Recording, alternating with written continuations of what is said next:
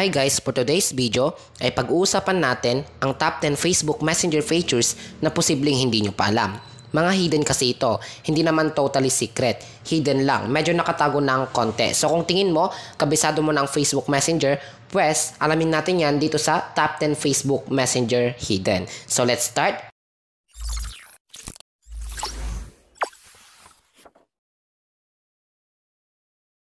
So ayan, pumunta na nga tayo sa ating Facebook Messenger.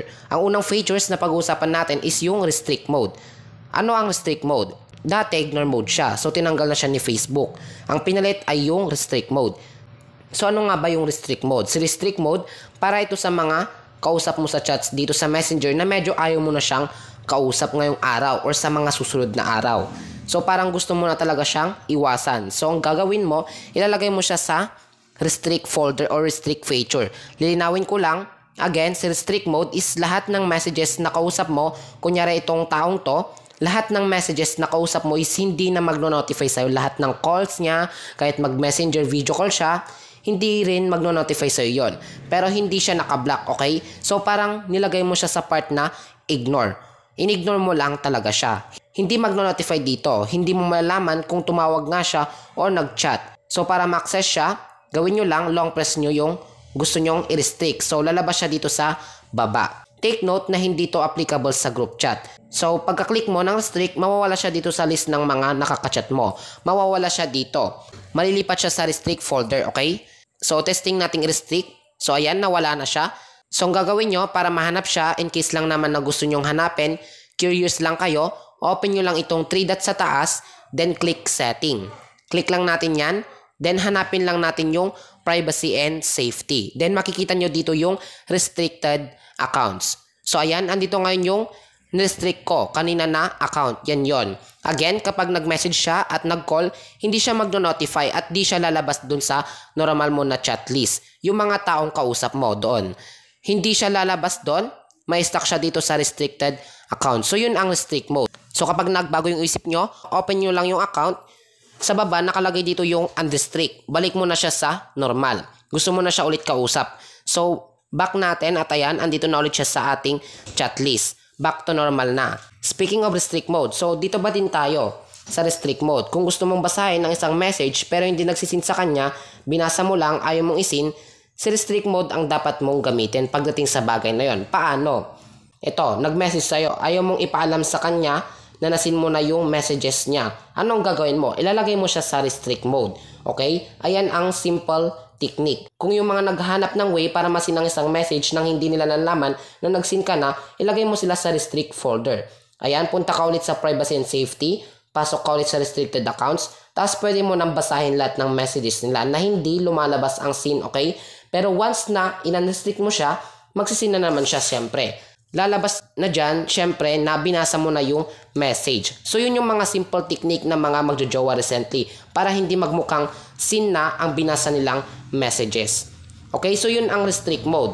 Ganun po ang pinaka-purpose ng restrict mode. Pwede mo nang basahin ang isang message, unrestrict po natin, pwede mo nang basahin yung message na hindi nagsisin sa kanya. Ilagay mo lang doon yung napakakulit na nagkakrush sa'yo, ilagay mo sa restrict mode, basahin mo lahat ng kakulitan na ginagawa niya doon. Pero lumalabas sa kanya is hindi ka pa nagsisin. Pero totoo, binasa mo na lahat. So yun yung pangalawang feature kung saan pwedeng hindi masin ang nasin mo na message. So sa pangatlong features naman is mark as unread, okay? Kung napapansin nyo, pag nag-long press kayo ng isang account, may isa ditong listahan na nakalagay na mark as unread. Ano ang pinaka nagagawa ni mark as unread? Ang nagagawa niya is kunyari, aksidente mong nabasa ang message na hindi para sa'yo, okay? What a block. Kunyari, humiram ka ng cellphone sa jowa mo, tapos binasa mo yung mga nagme-message sa kanya, pinagbabasa mo. Ngayon, para hindi mahalata ni jowa, puro jowa na tayo dito. Mas madali kasing example yun eh, pero hindi lang naman itong pang jowa na scenario. Yun lang mas madaling ipangunawa sa inyo. What if nabasa mo yung message na hindi para dapat sa'yo? Mahahalata yun, kasi nakalagay dito is hindi na siya naka-highlight ng makapal na puti. Once na binasa mo, hindi na puting-puti na highlights na makapal. Ngayon, ang gagawin mo sa pagiging unread, kunyari hindi nabasa, ang gagawin mo lang is long press. Click mo itong mark as unread. Pag linik natin yan, nakikita mo parang hindi na siya binasa. See, hindi na mahalata ni Joanne na nagbasa ka ng messages niya kasi nga binalik mo sa mark as unread. So yon, okay? Sa pang-apat na features, para naman ito sa mga pang-group chat. What if meron kang mga 100 plus na members sa isang group? So gusto mo silang i-mention lahat kasi nga ang hirap iisa-isa, 'di ba? Kunyari, at mo, pagka-click mo ng at, lalabas lahat. Ang daming i-at, 'di ba? Iisa-isahin mo 'yan, napaka-hassle. So ang gagawin mo, so type ko yung at, then type everyone, lalabas na siya. Pagka-tap ko, yan i-mention niya yan lahat ng nasa group. So, mag-notify yan sa kanilang messenger. Yan po ang purpose ng mention everyone. Okay? Ngayon, sa panglimang feature is ang feature na archive. Ano ang archive? Like this one. Makikita nyo sa taas, may archive. Ano ang purpose ng archive na feature na yan? Ang purpose niyan is kung gusto mong itago ang isang message temporarily. Hindi mo siya talaga totally. Hindi siya kagaya ng restrict na pag nag-message, hindi na nagno-notify dito. Once na nag-archive ka, at pag nag-message siya, magno-notify ulit siya sa'yo. So, lalabas siya dito sa chat list mo na nag-message siya sa'yo kasi archive lang siya. So, tinago mo lang siya temporarily. Yun ang purpose ng archive. Okay? Again, hindi nyo siya blinak, hindi nyo siya ni-restrict, tinago nyo lang siya pansamantala. Kunyari, this one, archive natin. So, nawala na naman siya dito sa chat list. Paano hanapin? Click lang natin yung tatlong line dito and makikita mo siya dito sa pang-apat, yung archive. In case gusto mo ulit siyang hanapin, click archive, makikita mo na siya dito. And andito din lahat ng nilive mong mga group dati na ayaw mo na. Nagsawa ka na. Andito din siya, actually, nakalist, okay? What if gusto mo na ulit siyang i-message? Type mo lang dito sa search, lalabas naman dyan. So, ayan, pwede ko na ulit siyang message. Parang walang nangyari. Message lang ulit, di ba? See? Yun po ang archive na features. So, sa pang-anim naman is tinatawag na mute. So, kunyari this one. Long press lang po natin yan. Then, may makikita po kayo dito na mute notifications. I'm sure marami po ang nakakalam nito kasi medyo marami ang gumagamit nito. So, okay? Self-explanatory naman yan. Mute means tanggalin mo yung notifications. Lalabas pa din siya dito sa chat list pero hindi na siya nagno-notify sa'yo nag-message or nag-call kasi nga naka-mute na siya, okay? Pipili ka kung ilang minuto mo silang gustong naka-mute na hindi magno-notify sa'yo. Pero again, pag binuksan mo, andito pa din siya sa listahan ng mga nag-message sa'yo. Hindi siya nakatago kundi andito pa din siya sa list mo. Lalabas dito sa mute. So sabi dito, pwede mo siyang i-mute ng 15 minutes, 1 hour, 8 hours, isang buong araw, or kung may alarm ka, or permanent mo na siyang i-mute until maisipan mo ulit na i-mute mo siya. So permanent siya hanggat di mo siya binabalik sa normal na notifications.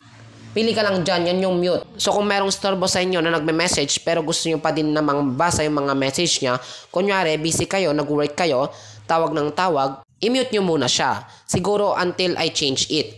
So ito yung lagi kong ginagamit. Yun lang po ang purpose ng mute. So sa pang-pito naman is kung gusto nyong i-guide ang isang tao. So kunyari si Kachat, kung gusto pumunta sa bahay nyo, kaso hindi niya kabisado ang papunta sa inyo, ang gawin nyo lang is bigay mo yung location mo. Kunyari this one, open tayo ng isang chat. Click nyo lang itong 4 na dot, tapos andun yung location.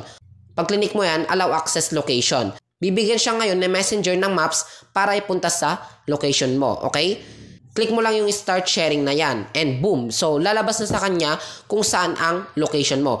Pwede niya nasundan kung di niya alam kung paano makarating sa bahay nyo. Yan ang gagamitin nyo, okay? So good to kay ito sa map. Ito na lang para mabilisan. Yun ay kung kachat mo lang sa messenger ang papupuntahin mo sa location mo or sa bahay mo. Alin man, wala ka sa bahay or kung saan ang location mo. Pangwalo naman is simple lang ito, ang word effects, okay? Actually, matagal na itong feature ni Messenger pero recent ko lang kasi siya nalaman. Ano naman ang word effects, okay? Kapag may gusto kang sabihin, tapos gusto mong ma-effect, may something like love. Ito, kunyari, click tayo ng isang kachat natin, then click word effects. Then, i-type mo dito, kunyari, pangit. Lagi mo siyang kakulitan, tapos gusto mo ma-effect. So, merong mga animations. Gawin nyo, type nyo pangit, then click emoji. Tapos, pili kayo dyan. Kunyari, yung nakalabas yung dila. Click nyo itong upload. Once na dyan na yan, pwede nyo nang i-type yung pangit na word na may effects. Type ko, pangit, then send ko. Magkakaroon na siya ng nakalabas ang dila na emoji. May effect na siya. So any word, pwede nyong gawing ganyan. Iba-ibang emoji, iba-ibang style ng animation. Basic lang siya, pero I think iba yung dating niya sa akin. Bahala kayo kung gusto nyong gamitin yung word effects na yan. So sa pang siya, basic lang din to na features which is ang pin message. So kunyari ito guys, merong importante na message sa'yo ng kachat mo. Long press mo lang yung message, then may makikita ka dito na pin sa baba. So click pin, then may malalagay dito sa baba na you pin a message. So click see all po natin, then ayan, naka-pin message na siya. Ganun lang kadali yung pin message features ni Messenger. So sa pang-10 ay yung sound emojis. So click lang natin itong reaction, then sa right side makikita mo na siya. So scroll up lang natin and pwede ka nang mamili dito ng pwedeng sounds na may emoji. Like for example, itong haha. So click natin. Ayan, so ang ganda, emoji na may sound. So try natin click send at kapag pinindot mo ay tutunog na siya. I hope may natutunan kayo at kung nagustuhan nyo ang video na ito, huwag kayong mahiya na mag-comment at sa susunod na video ay share ko sa inyo yung iba pang hidden features ni Facebook Messenger. And kapag may gusto kayong i-tackle, comment lang kayo sa baba and usap tayo doon. And sa mga di pa nakakapag-subscribe, mag-subscribe na kayo para lagi kayong updated sa mga latest upload namin. Like mo na din to and share. Thank you for watching and God bless us all.